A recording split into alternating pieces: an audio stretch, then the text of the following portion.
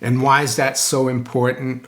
Well, because by the early 1900s, America was becoming massive and too risky for the Rothschilds. So they needed to find a way to privatize their profits and socialize their losses.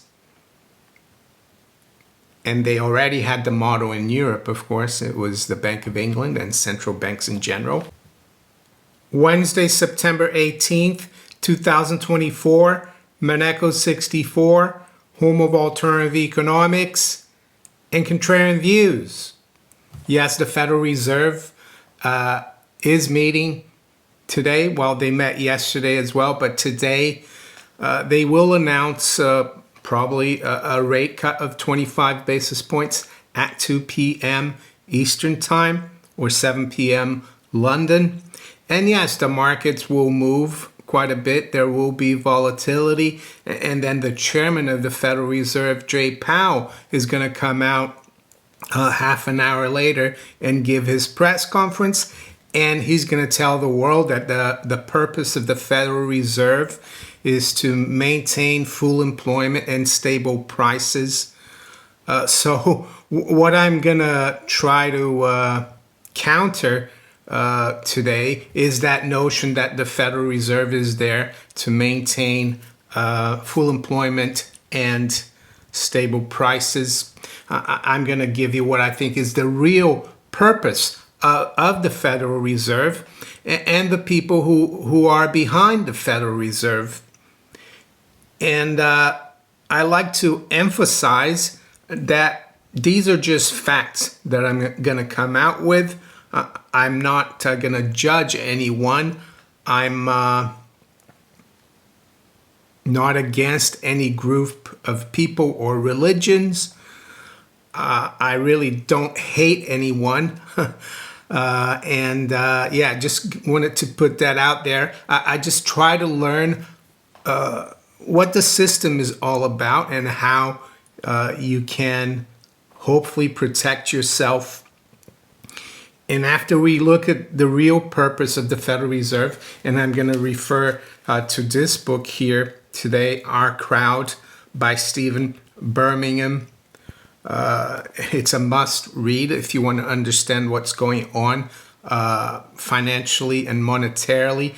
After I do that, I'm going to show you what the consequence of having the Federal Reserve has been to the currency. And I'm not even going to go back to 1913 when the Federal Reserve Act was passed. I'm going to go back to 1953, and you will see what your currency in the United States has done. And it's not just in the United States, it's also here in the UK. So, Our Crowd, The Great Jewish Families of New York by Stephen Birmingham, or as the English would say, Stephen Birmingham. It doesn't really matter. This book was written in the 1960s, and it was recommended to me by Jim Sinclair. Not directly to me, but he used to keep the blog jsmindset.com, and I started following him almost right off the bat after I bought some gold in 2002, and I learned a lot from him. Unfortunately, he passed away last year, and as I said, he recommended this book because Jim Sinclair was born a Seligman, and the Seligmans are a big part of this book. And Jim Sinclair, basically in a roundabout way, told us, read this book and you will understand what's going on and who's really in charge. That's what he implied. So I bought the book, and you can buy it too, and I highly recommend you do. I've looked on Amazon. Here in the UK, the paperback is about £26. I've got, I think, the original edition from 1968. I'm not sure how much I paid for it I think I bought it off eBay or eBay. Yeah, it was $1.25 back in the 60s, as you can see. Yeah, these are all, I'm just marking sections that I'm going to refer to here. So let's start on page 10, which is part of the preface written by the author. Just to show you that this is not just him making things up, right?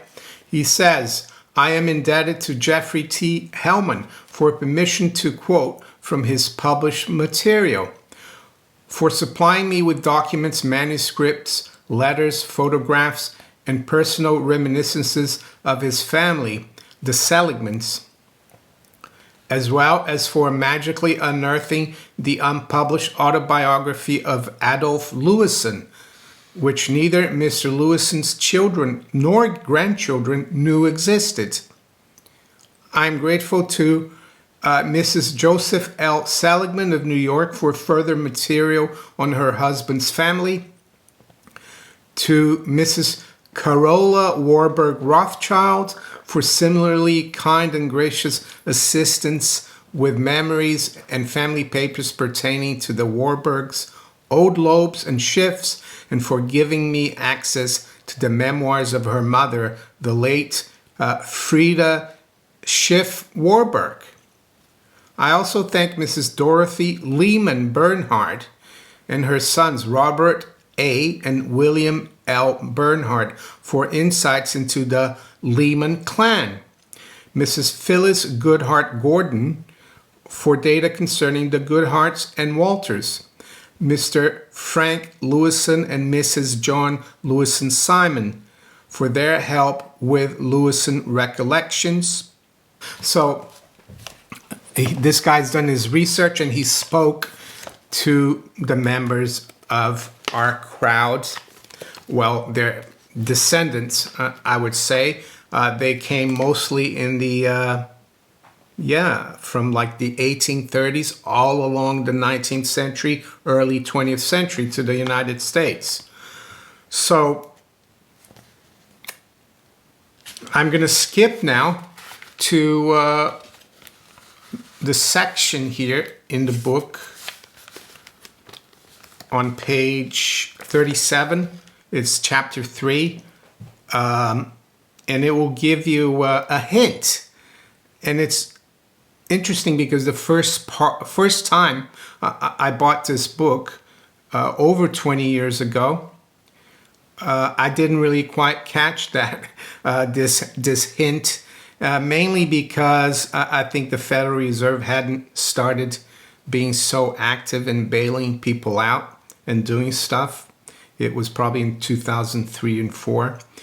And then it was only a few years ago when I read this book again that it hit me, wow, this is the purpose of the Federal Reserve. The chapter is called Mount Beautiful. Young August Schonberg cannot have been called casual or lucky in his choice of friends.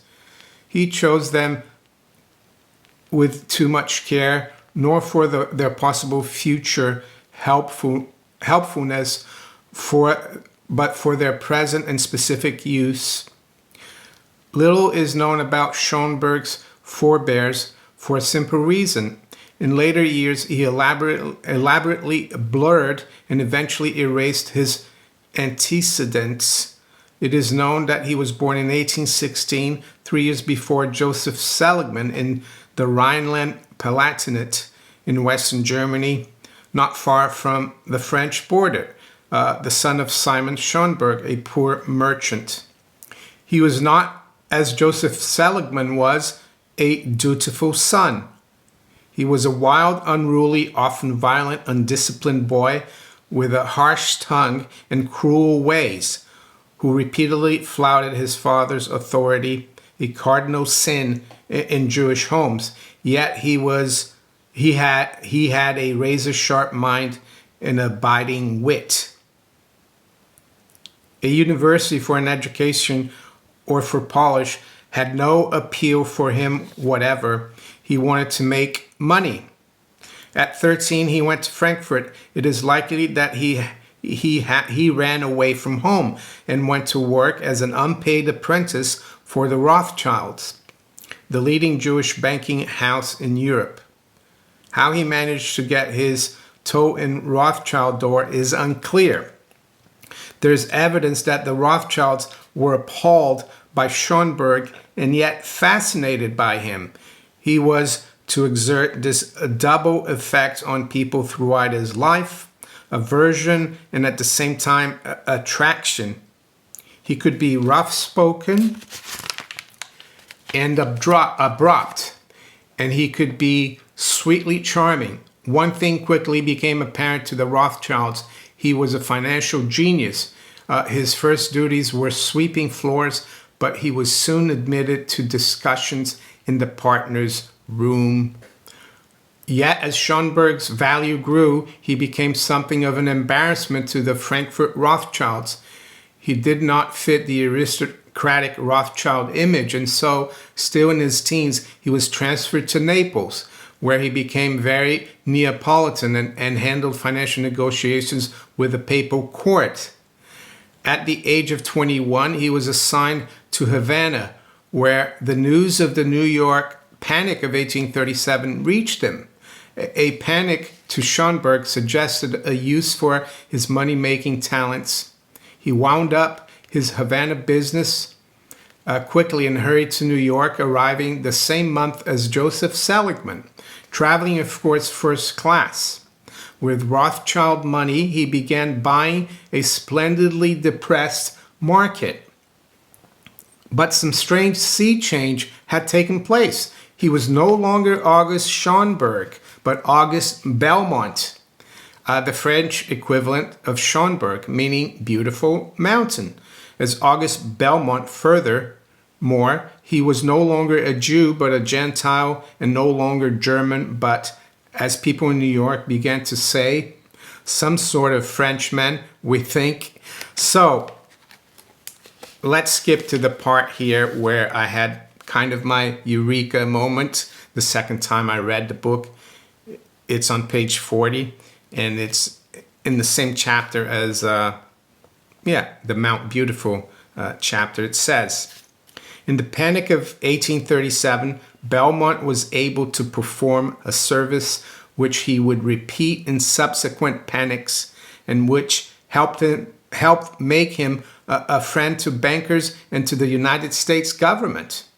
By negotiating large loans from the Rothschilds, he was able to shore up United States debtor banks. In other words, he was able, thanks to the hugeness of the Rothschild reservoir of capital, to start out in America, operating his own Federal Reserve System. And why is that so important? Well, because by the early 1900s, America was becoming massive and too risky for the Rothschilds. So they needed to find a way to privatize their profits and socialize their losses. And they already had the model in Europe, of course. It was the Bank of England and central banks in general. And this book gives us, gives us the answer to that, who was really behind creating the Federal Reserve.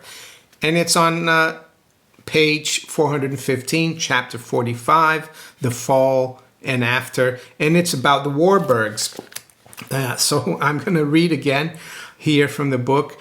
Felix Warburg's brother Paul had an unhappy childhood, picked on by his older brothers, Abby and Max, who called him ugly and weak.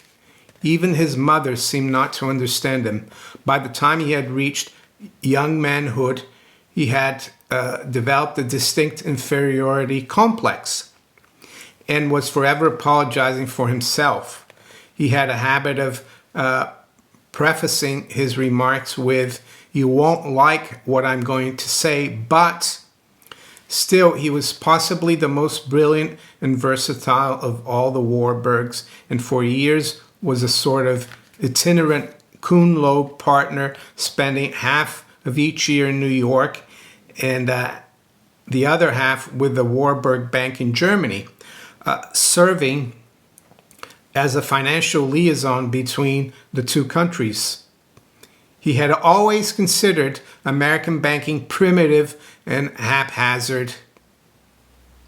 He had met secretly with Senator Nelson Aldrich at Sea Island, Georgia, and had worked out the Federal Reserve System.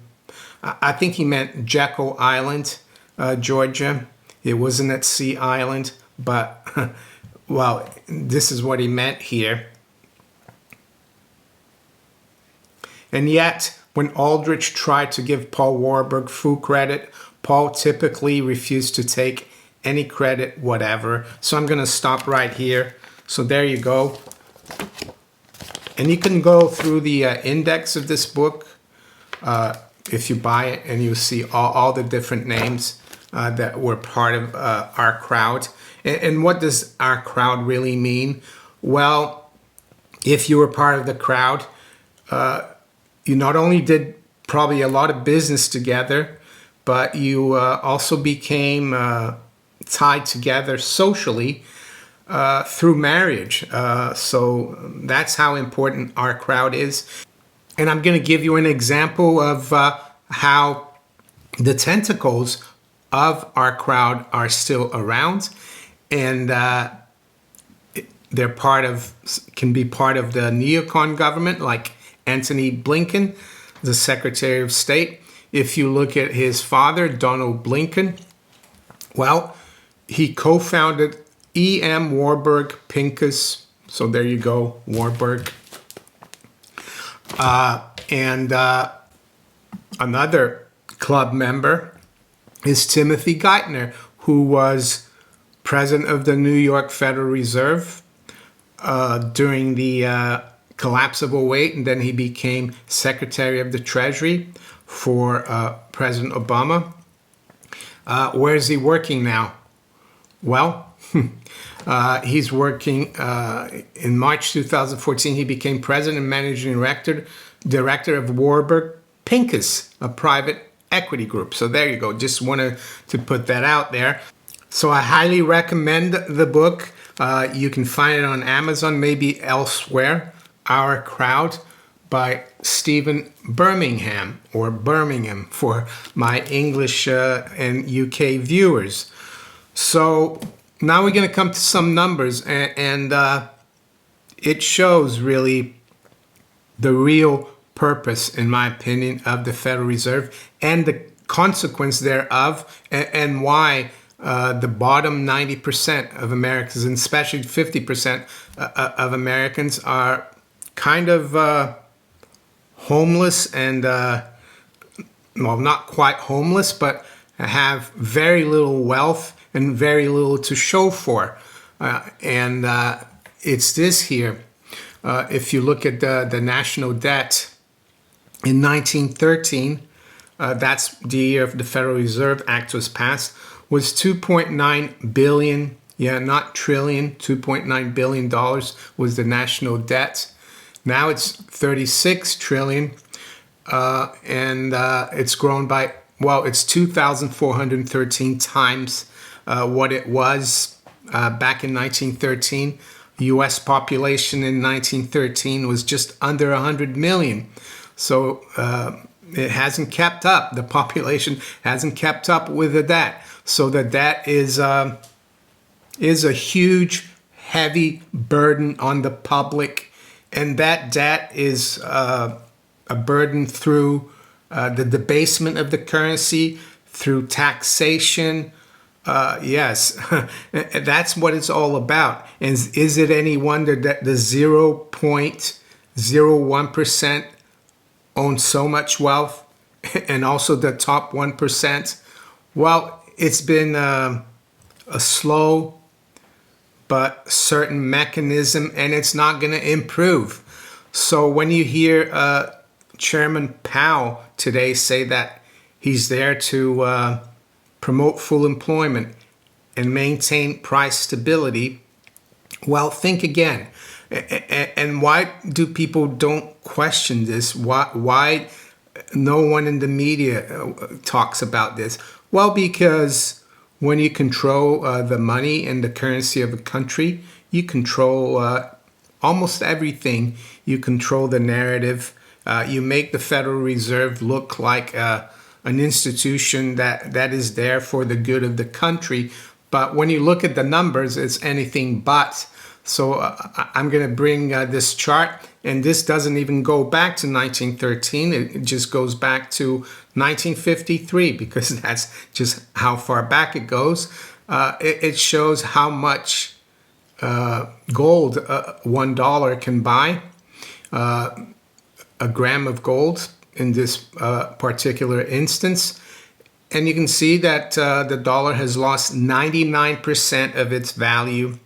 And yes, the national debt has gone from 2.9 billion to around, well, almost 36 trillion as I speak here. So that's the real purpose of the Federal Reserve. And the mechanism through which they do it is through the national debt and through the destruction of the currency. And that's why saving in the currency, the fiat currency, is only going to make you poorer, unfortunately. And it's really tough. So yes, it's been a very gradual process. I mean, this is a great story just about what these people achieved. And as I said, I'm not here to bash any kind of religion or ethnic group. These people, a lot of them came from nothing, and but it was, I think, the central bank that solidified their power. And yes, they keep very quiet about it, and it's understandable. So there you go. I hope this helps you. So how do you protect yourself from this constant currency debasement? Well, I've said this umpteenth times since I started this channel in 2015. The only way to do it is to have physical gold and silver. And that's what Jim Sinclair always used to tell people, because he was part of this crowd. And he knew very well what the game was. So with that, let's just quickly look at where the markets are this morning. So it's 8:45 a.m. We've got spot gold pretty much unchanged at $25.70. Silver is down about 9 cents at $30.60. The stock market is pretty much unchanged, and I noticed yesterday as well it ended pretty much unchanged, so everyone's waiting for the Fed.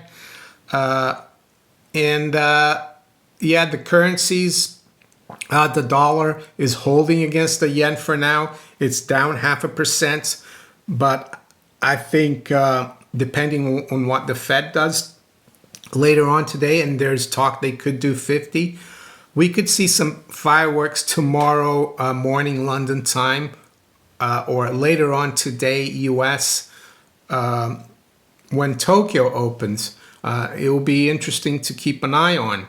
So there you go. That's all for today. And with that, I'm going to wish you all a very good day. Take care. Bye.